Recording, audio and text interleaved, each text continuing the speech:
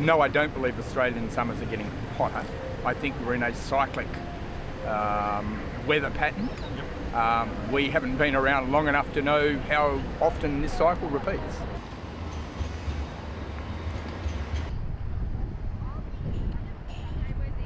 WA is extremely hot. They have multiple days of 40 plus, but they've always had that.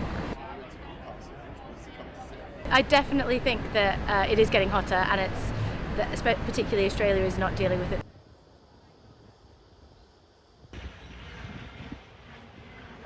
I certainly feel like our summers are getting hotter.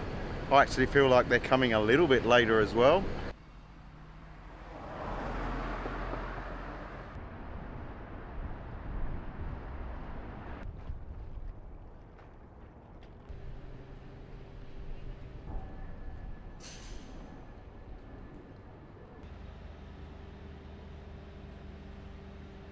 We expect that the increase of the population, the increase of the built area, and the increase of the energy consumption, especially in developing countries, will create a very serious problem of urban overheating.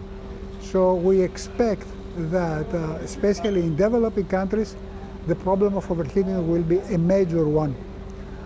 And if really we don't take care from now, we don't apply the proper measures, and we don't really plan in order really to solve the problem of overheating, I'm afraid that cities or megacities of 40 or 50 million people will suffer from a tremendous overheating, which will result in a huge consumption of energy.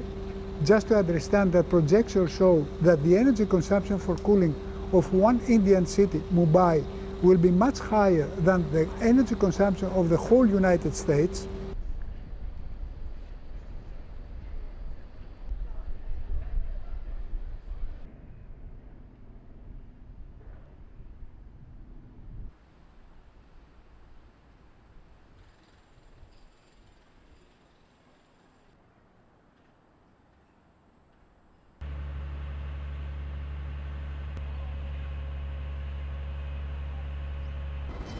Our discussions with community make it really clear that they need more support to manage heat. So whether that's new resilience hubs with cooling and access to new facilities, longer hours for pools, and obviously public buildings that are cooler. But in the long run, we need to change the fabric of the city.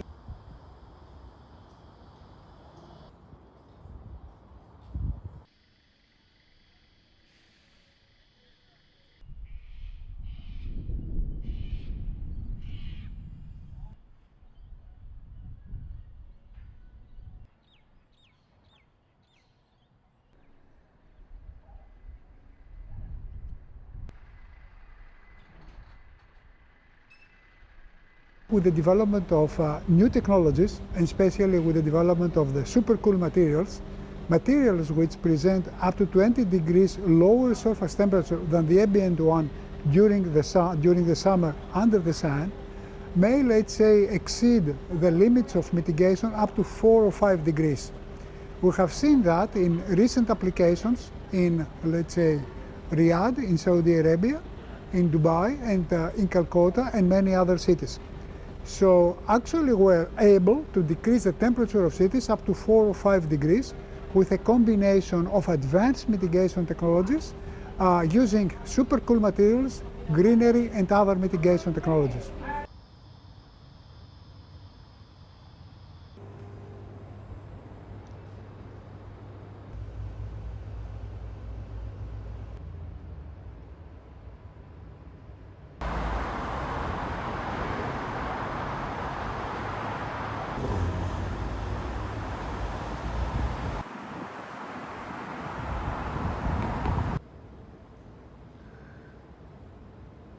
So in Sydney, we've had a huge uptake of solar power on individual homes, and it's making a massive difference to people's cooling bills in the summer in particular.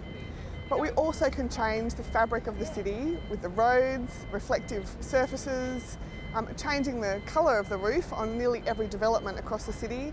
These rules are coming into place in the city, and we already see the changes happening.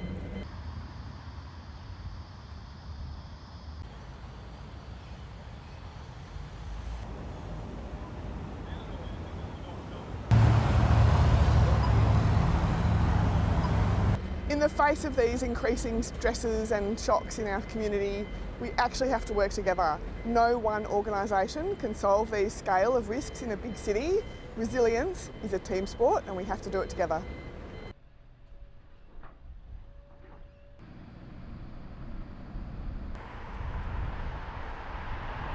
And it's a win-win situation.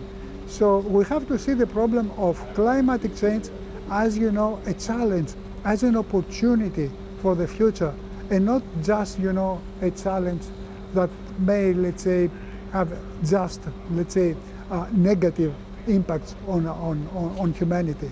So let's be a little bit more optimist. Let's plan, you know, let's stop thinking business as usual.